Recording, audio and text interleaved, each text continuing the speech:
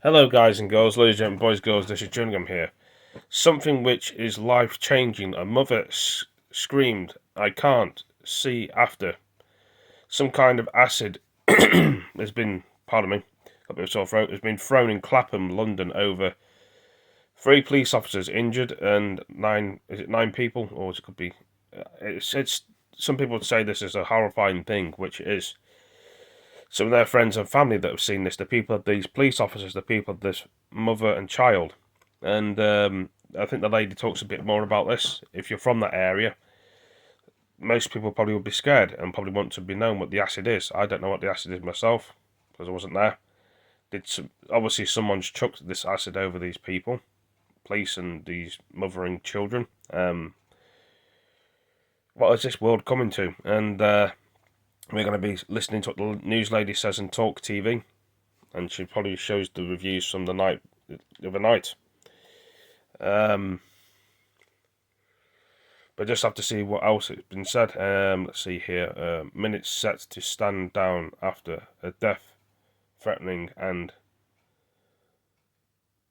arsenal attack or something. That's what it says. Anyway, I'm going to put the video on.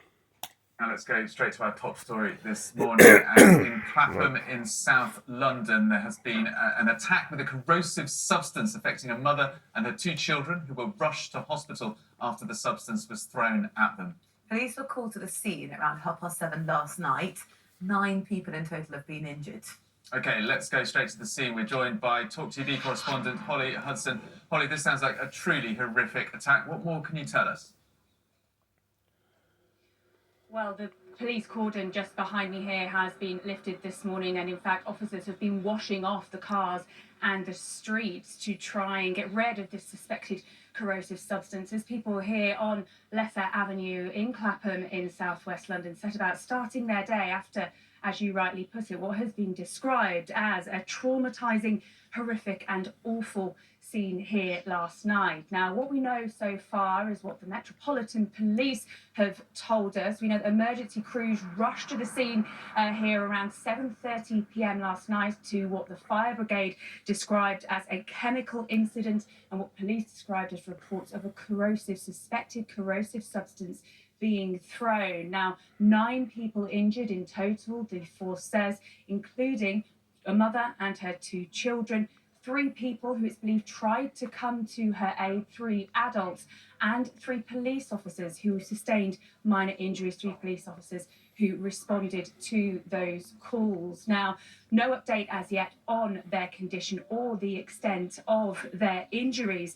Police, of course, also saying that a man was seen fleeing the scene and a manhunt is now underway, a desperate search now underway. Also, they say they're drawing on all resources to try and find him, calling on eyewitnesses to come forward. And a number of eyewitnesses here on Lesser Avenue have told me, have spoken of what they saw and heard last night. We've in fact heard as well from Marina Ahmed, the Labour London Assembly member for Lambeth and Southwark, who tweeted last night to say there's been a traffic collision with a man assaulting occupants in a car and throwing acid, victims including children. And a number of eyewitnesses have reported seeing the same thing. One man, in fact, saying that there was a man in a car behind me here with children, and one of whom he grabbed and threw onto the pavement. He said that he, in fact, chased the attacker down the street and came back to help the mother and gave her water, who was screaming, "My eyes, my eyes." Now, as I say, no update as yet on her condition. Police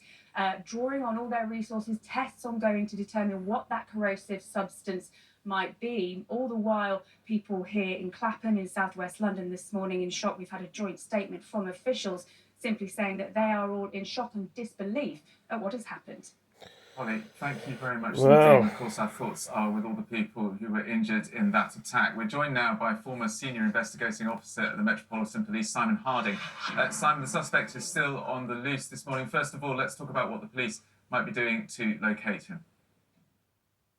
Yeah, obviously, we don't know if the parties are known to each other, and that's one of the things. You get an indication, perhaps, that the 2 parties might be known. But you start with the car, obviously, where you have the registration number. You might have details on property of the owner.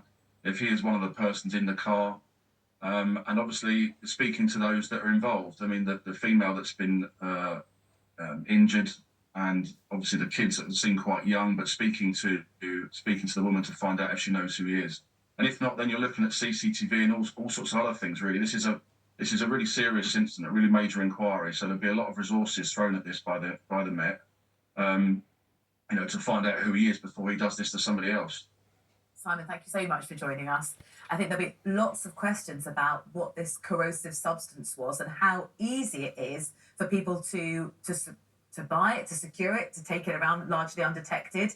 I know that a few years ago we were talking about attacks with substances like this on a fairly frequent basis.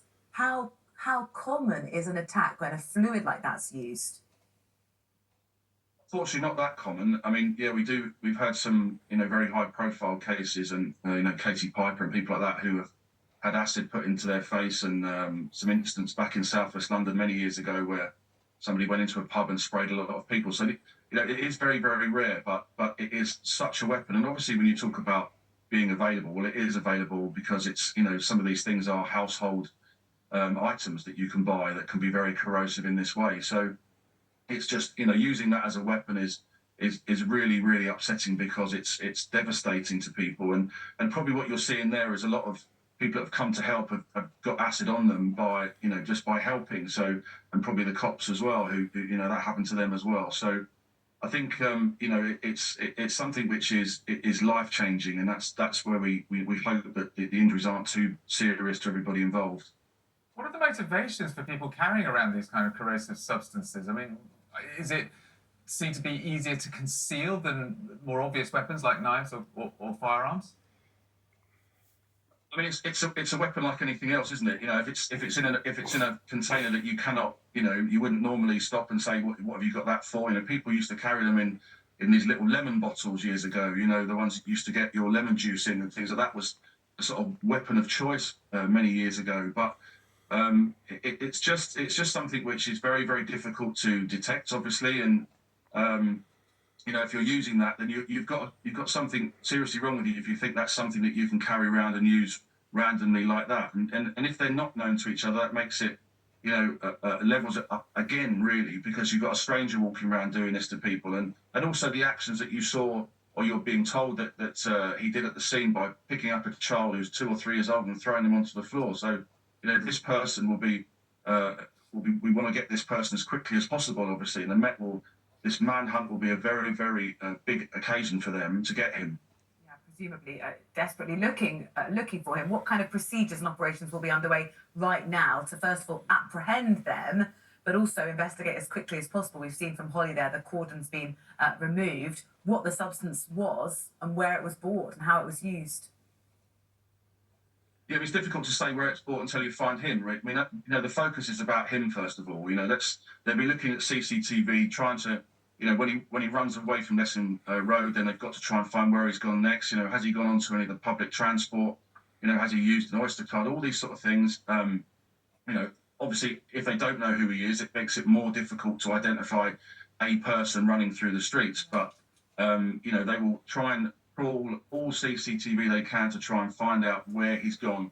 Has he got into another car or whatever it might be? So that would be one of the focuses. If they are known to the other party and they have said who he is, then they will be using all the information they have about that person to try and find him. So his finances, and understanding if he's using his finances anywhere else, to try and find out where he is currently. And then speaking to anybody that might know him as well, to find out if he's putting his head down somewhere that they can try and speak to. So, there's so many different things, methodology that the police will use to try and find him, and I can guarantee you that there'll be a lot of people involved in this. And when we get updates, we'll bring them to you here. Simon, for the meantime, thank you so much. Well, what do you guys think, Ghost Agent? Think about that? It's sickening and horrifying, isn't it? But anyway, thank you for all joining me. Take it easy and hope they all get better. See you next one. Peace.